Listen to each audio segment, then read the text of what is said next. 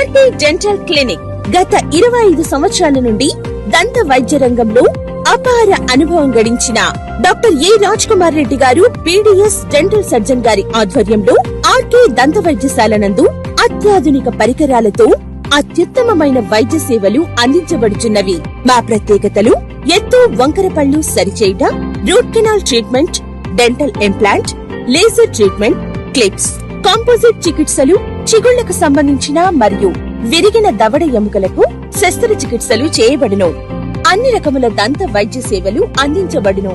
ఆనిముత్యాల్లాంటి మీ దంతాల సంరక్షణకై మీ అందమైన చిరునవ్వుకు మరింత అందాన్ని చేకూర్చేందుకు విచ్చేయండి ఆర్కే డెంటల్ క్లినిక్.